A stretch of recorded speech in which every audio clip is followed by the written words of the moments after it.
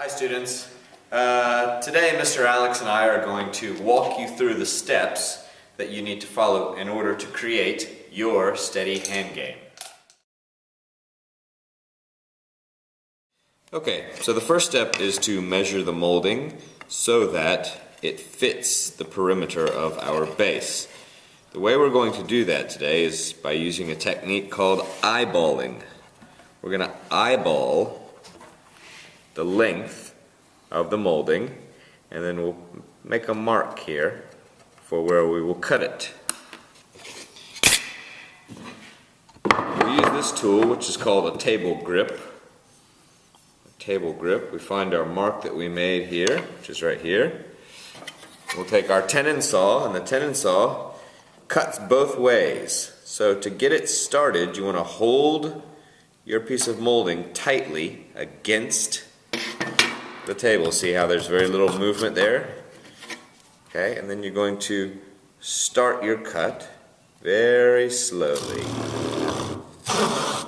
And then it's a fluid motion.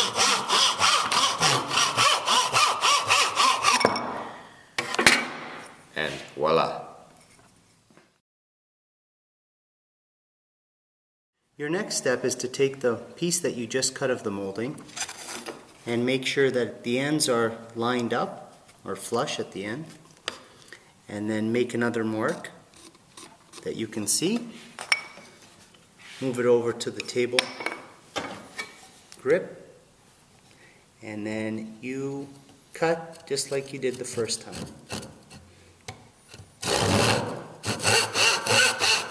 See how I went slowly at the beginning?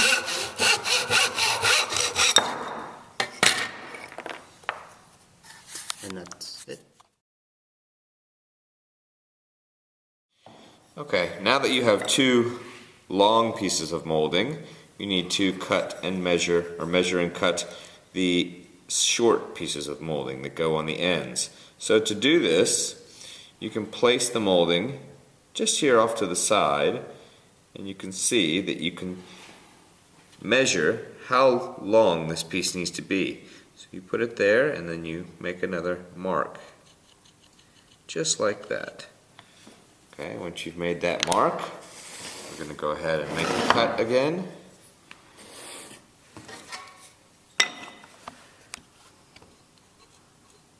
It's okay if your piece is a little bit long, but make sure it's not a little bit short.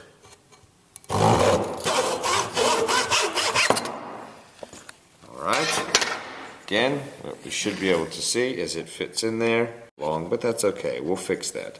The next step is to do the same thing you did with the long piece.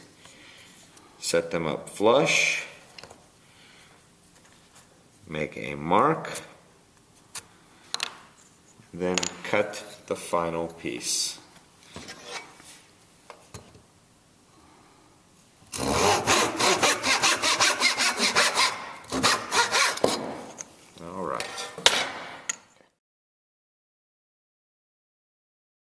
The final step before you glue your molding down to your base is to have your teacher help you in finishing or smoothing off the rough edges. So to do that, you will ask your teacher to help you do this. Students, do not use this machine.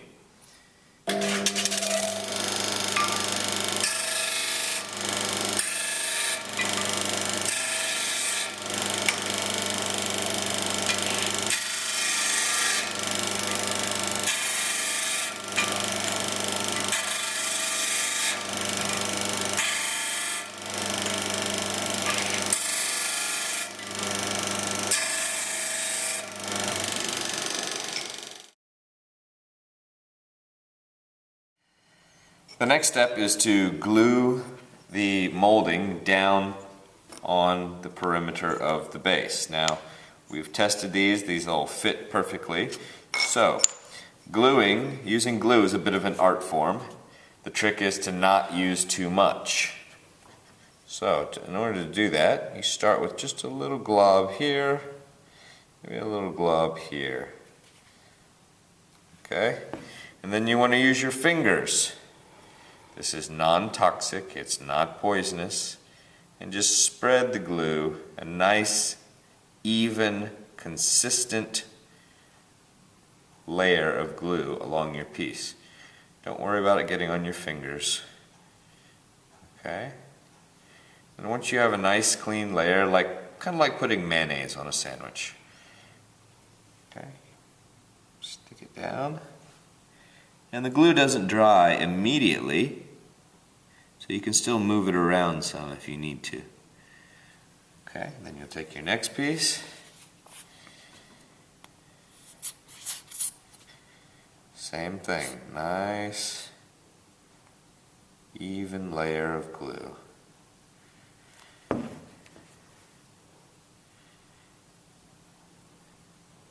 if you get too much, don't worry, just put it on your finger. You'll use it again in a minute. Okay, press that down. Okay, and then, see I have some extra glue on my finger. I'm going to just go ahead and put it right on the wood. Clean my finger off.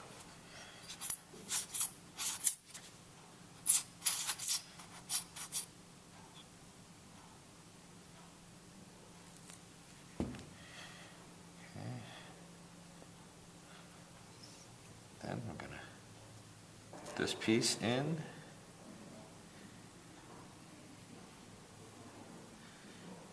Again, once you get all 4 pieces down, then you can sort of move them a little bit to get them in just the right position.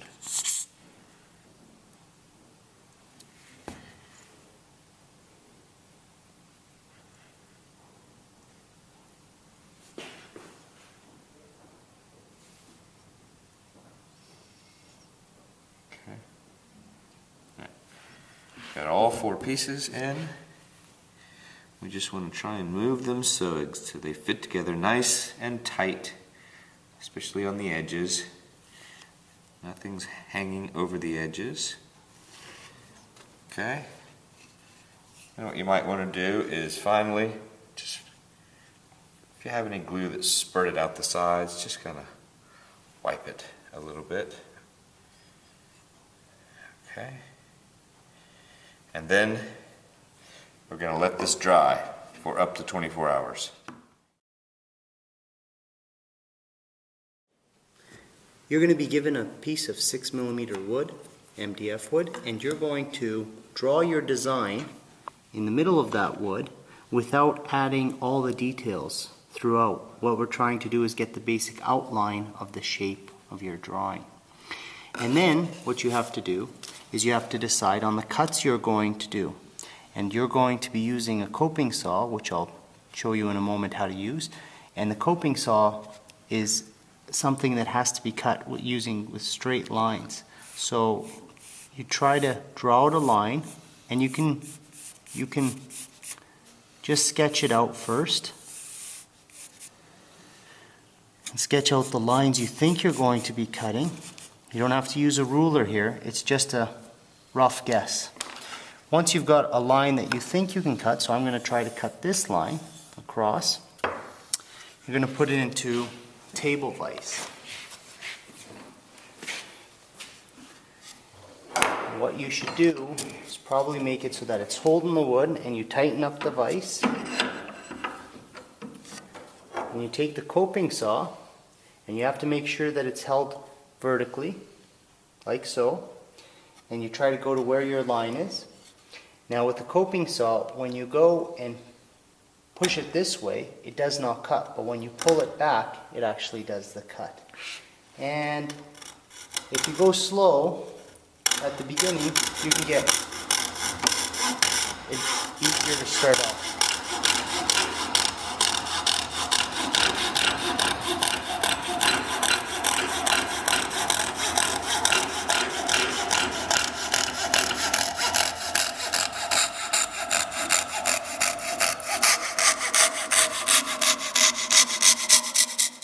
See, it does not take long, and I got the rough.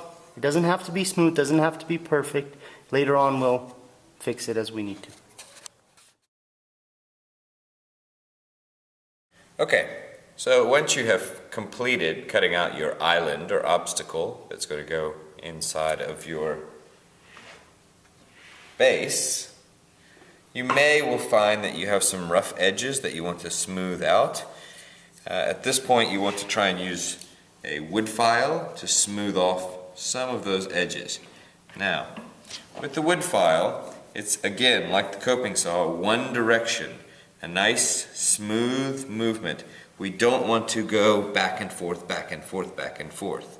Okay? Smooth motion. Okay? The way you do that is you just move across.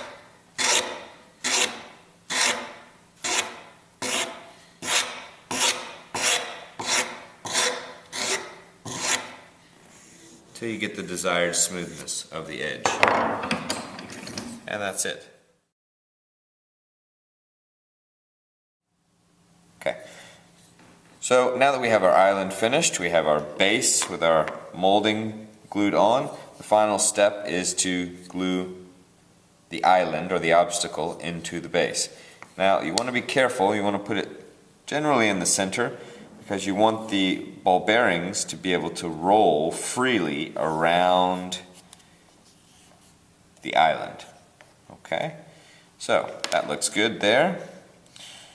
Again, with the glue, it's a nice, even, consistent layer.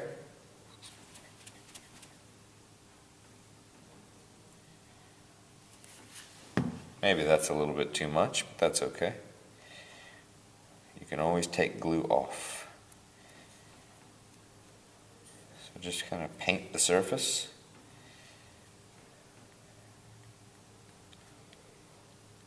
Make sure everywhere's got glue. And then it's just a matter of dropping it in.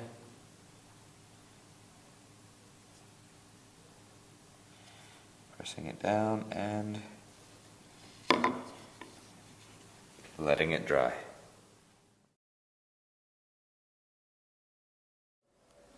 This is the drill press, and on the drill press you have to make sure that you wear safety glasses, and you have to make sure that there's no loose clothing, and you have to make sure that your foot is close to the emergency stop in case you have to stop it and press on it.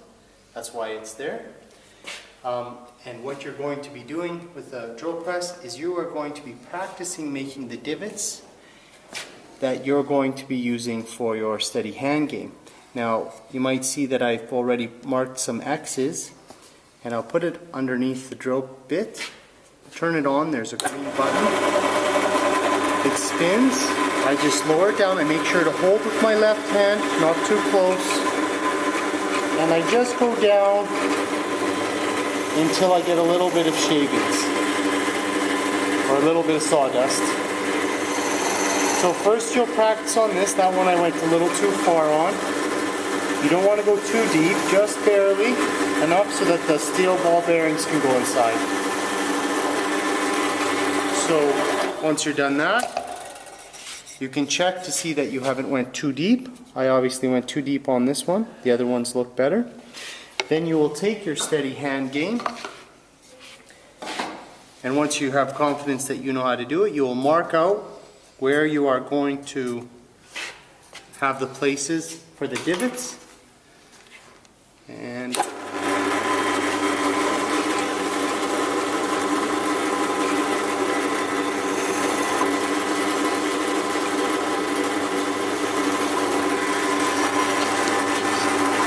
how I keep my fingers away from the bits?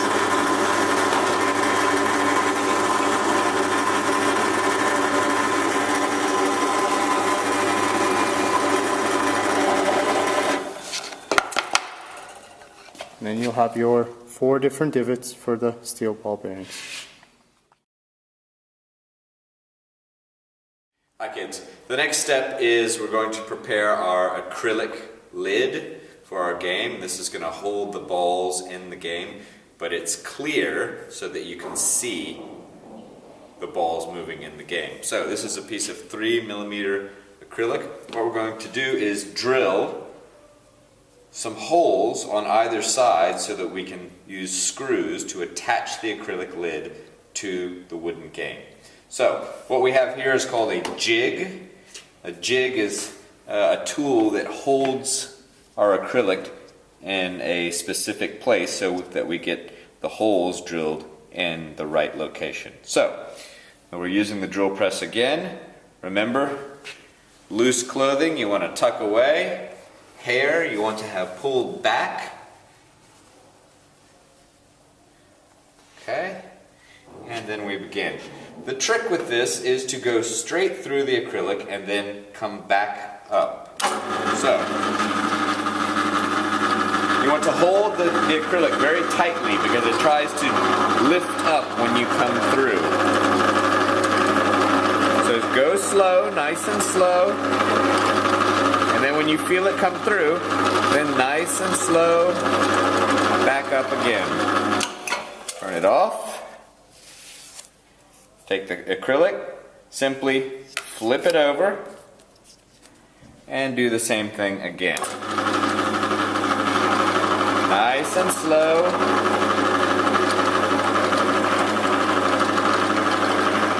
And you'll feel it push through.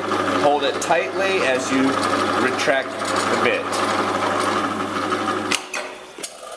And we have nice holes on either side.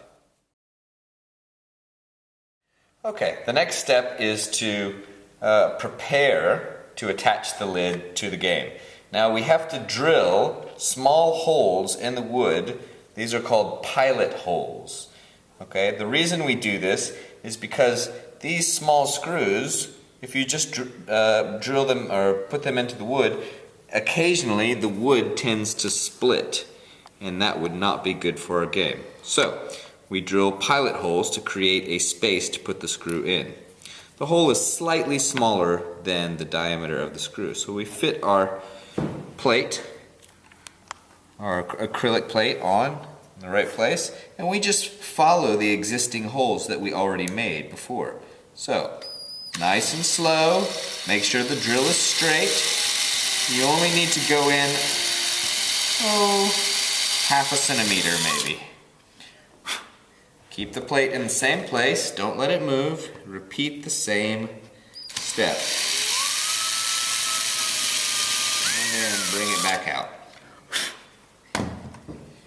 Now you'll see we have a pilot hole for our screw. The next step is to use the countersink. This is a countersink blade. Now what we want is we want our screw head here to be flush with the surface of the acrylic. Now we can't do that with the size of the hole we have, so what we're going to do is make space for this head of the screw. The way we do that is we use a countersink bit. Again, fit it into the hole that's already there, and nice and slow apply pressure. We'll do the same thing for the other side.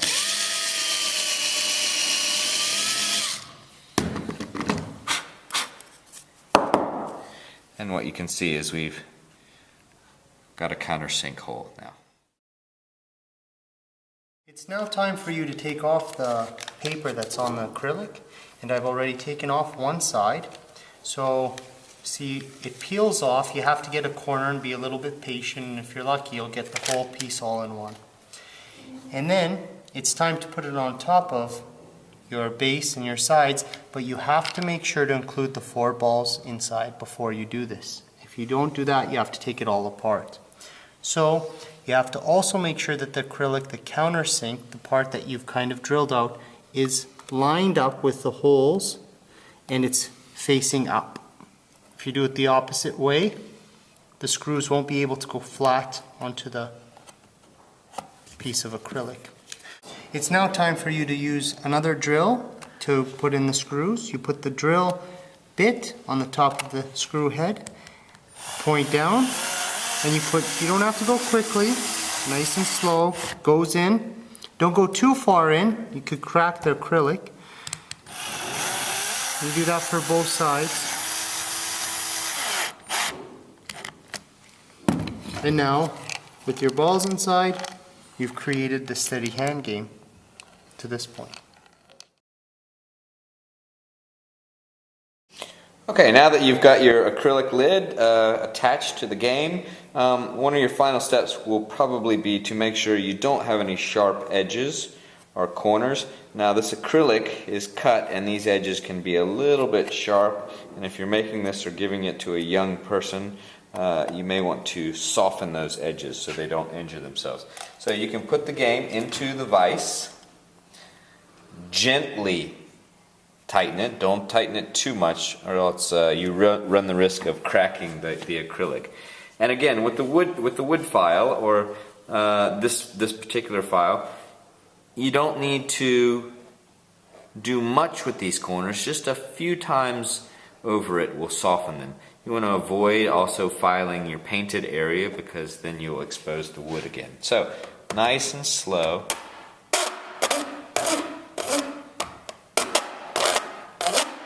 And you can feel straight away it's not sharp anymore. Nice. Same thing over here. Remember, one direction for filing. You just want to kind of roll it and round off the corners. And what you'll see is that you have a nice rounded corner now. Okay?